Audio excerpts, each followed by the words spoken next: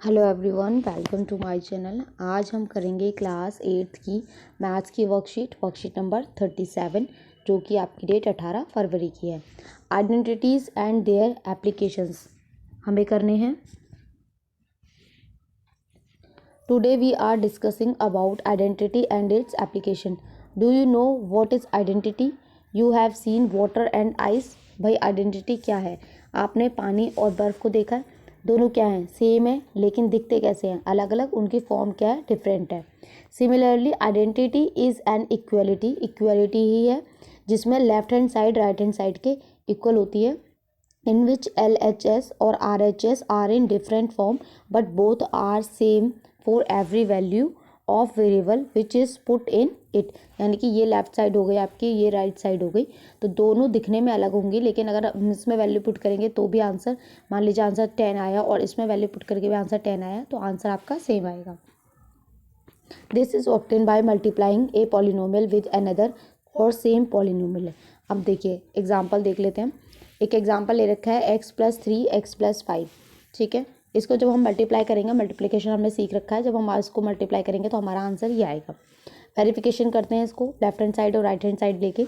ये वाली आपकी क्या हो जाएगी? लेफ्ट हैंड साइड हो गई, ये आपकी राइट हैंड साइड हो जाएगी। ठीक है, हम x पुट कर देते हैं। अगर मैंने x की जगह 6 पुट करती हूँ तो 6+3 9 हो गया और 6+1 11 हो गया, तो इसको मल्टीप्लाई करेंगे 99 हो गया। यहाँ पे x की जगह 6 रखते हैं। 6² 36 होता है, 8 × 6 48 और +15, इन सबको ऐड करेंगे 99। तो देखिए सेम आ रहा है। अब हम x की जगह 1 ले लेते हैं, तो यहाँ 1 रखते हैं। 1+3 4, 1+5 6, तो 4 6 24। यहाँ पे 1 का स्क्वायर +8 × 1 +15, तो ये भी आपका 24 आएगा। तो यहाँ पे लेफ्ट हैंड साइड और राइट हैंड साइड इक्वल हो जाएंगे। Identity is true for any value is variable and an equation has few solutions. अब आप देखिए यहाँ पे यही वाली इक्वेशन जो दे रखी है, x² + 8x + 15 is equal to 99। हम इसको ले लेते हैं। यहाँ पे x की वैल्यू 6 रखते हैं, तो इस साइड में हम x की वैल्यू रखते हैं 6। तो जब मैंने x की वैल्यू 6 रखी तो 99 आ गया। तो ये भी आपकी लेफ्ट हैंड साइड और राइट हैंड साइड क्या हो जाएगी? इक्वल हो जाएगी। यहाँ पे हमें 99 पहले से दे रखा है, तो यहाँ पे हम क्या कह सकते हैं कि जो 6 है वो आपका सोल्यूशन है। देखिए आपको ये दिया होगा, एक तरफ वैल्यू दी होगी। अब यहाँ पे x की जगह पुट करके देखना है कि हमारी वैल्यू 99 आए। तो हमने 6 पुट किया तो हमारी वैल्यू क्या आ गई? 99 आ गई। तो x की वैल्यू क्या हो जाएगी? 6 हो जाएगी। यहाँ पे देखिए अगर मैं x की जगह 4 रखती हूँ, अब ये तो हमने 6 रखा था, अगर हम 4 रखते हैं तो हमारा आंसर आता है 63। तो 63 तो 99 के इक्वल नहीं है, तो left hand side is not equal to right hand side, तो x is equal to is not a solution, तो इसका सोल्यूशन नहीं होगा। आपकी कुछ स्टैंडर्ड आइडेंटिटीज़ हैं, 4 आइडेंटिटी जो आपको याद होनी चाहिए। a+b का होल स्क्वायर का फॉर्मूला होता है a² + b 2ab + b²। a - b का होल स्क्वायर की वैल्यू होती है a² - 2ab + b²। a+b और a - b को मल्टीप्लाई करके a² - b²। फिर आपका है x + a x + b x² + ab × x + ab। ab का मतलब क्या है? कोई भी आपका नंबर होगा। तो चलिए हम एग्जाम्पल समझ लेते हैं, फिर आपको क्लियरली समझ में आ जाएगा। +5 y + 5। अब आपको क्या करना है, आप यहाँ से देखिए कि जो ये है ना, ये कौन सी आइडेंटिटी से मिल रहा है। आप ये देखिए किसी भी साइड में मिल सकता है। तो जब मैं y + 5 और y + 5 दो बार लिखा है, देखिए मैं अगर 2 × 2 है तो मैं इसे 2 का स्क्वायर लिख सकती हूँ, है ना। तो ऐसे ही हम y + 5 को हम क्या लिख सकते हैं? y + 5 का स्क्वायर। अब ये a + b का होल स्क्वायर हो गया, ये वाला फॉर्मूला हो गया। यहाँ पे a की वैल्यू आपकी क्या हो जाएगी? y हो जाएगी, और b की वैल्यू क्या हो जाएगी? 5 हो जाएगी। ठीक है, आपको ये ध्यान रखना है कि आपका जो क्वेश्चन होगा वो इस फॉर्म में होगा तो आंसर आपका इस फॉर्म में होगा। क्वेश्चन इस फॉर्म में होगा तो आंसर इस फॉर्म में होगा। अब हमारा क्या है? क्वेश्चन इस वाली फॉर्म में, तो आंसर इस फॉर्म में आएगा। बस फॉर्मूले में पुट कर दीजिए। यहाँ से a की वैल्यू क्या थी आपकी? y, और b की वैल्यू क्या थी? 5। तो a की जगह y रख दीजिए, b की जगह 5 रख दीजिए। यहाँ पे जब इसको सॉल्व करेंगे y² हो गया, इसको मल्टीप्लाई कीजिए, 2 पंजे 10 xy 10y + 5 का स्क्वायर 25, तो ये आपका आंसर हो जाएगा। सेकंड क्वेश्चन देखिए, x + 5 और x + 3। अब ये देखिए दोनों एक जैसे नहीं है, हम इन्हें स्क्वायर करके नहीं लिख सकते, तो ये हमारी डी आइडेंटिटी से मिल रहा है। क्यों मिल रहा है? क्योंकि स्टार्टिंग का जो वो है इसमें दोनों में सेम है। ठीक है, तो इसका आंसर इस फॉर्म में आएगा। यहाँ पे a क्या है आपका? 5 हो गया, और b आपका क्या हो जाएगा? 3 हो जाएगा। बस x², तो x हमारा क्या है भाई? x तो x ही है, x square plus a plus b यानी कि 5 और 3 8 plus a b 5 into 3 15, 5 plus 3 8x plus 15 आपका आंसर आ जाएगा। अब इसमें देखिए 3a माइनस 2b का होल स्क्वायर, अब ये माइनस वाला कौन सी आइडेंटिटी से मैच कर रहा है, देखिए ये आपका b से कर रहा है, ठीक है। तो हम इसको क्या लिख सकते हैं, इस वाली फॉर्म में इसका आंसर आएगा। अब यहाँ पे a हमारा क्या है, a हमारा है 3a और b हमारा क्या है 2b, हमें पूरा लेना है, ठीक है। तो a का स्क्वायर माइनस 3a का square minus 2ab, 2 into a 3a into b 2b plus b square 2b का स्क्वायर, इसको सॉल्व करके आपका ये आंसर आ जाएगा। फोर्थ क्वेश्चन देखिए 4z minus 3y 4z plus 3y। अब ये देखिए ये किस फॉर्म में है, तो दोनों एक जैसे, लेकिन एक में प्लस एक में माइनस है, तो ये आपकी सी आइडेंटिटी से रिसेंबल कर रहा है।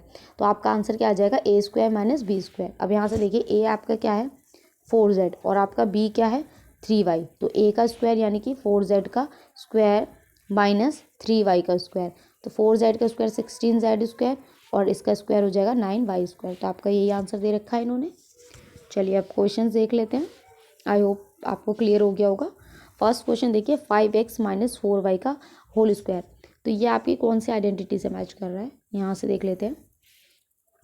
ये देखिए माइनस, ये आपका a माइनस बी का होल स्क्वायर सी आइडेंटिटी से मैच कर रहा है। चलिए तो इसको हम क्या करेंगे, a आपका क्या हो जाएगा 5x हो जाएगा और b क्या हो जाएगा आपका 4y हो जाएगा।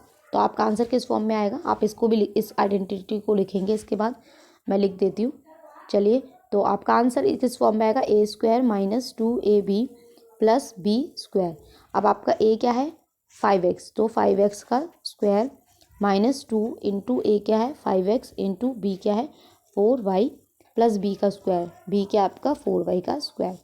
5x का स्क्वायर क्या होगा 25x स्क्वायर माइनस इसको मल्टीप्लाई कीजिए 2 5 जा 10, 10 4 जा 40, 40xy प्लस 4 का स्क्वायर क्या होता है 16y स्क्वायर। तो ये आपका आंसर हो जाएगा फर्स्ट का। क्लियर है, लिख लीजिए, इसके बाद मैं सेकंड कराती हूँ।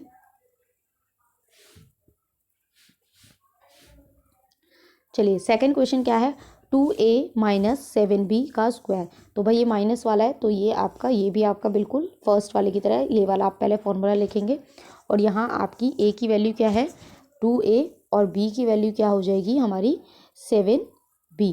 बस फॉर्मूला लगा दीजिए, a square minus 2ab plus b square, ये आपका फॉर्मूला है।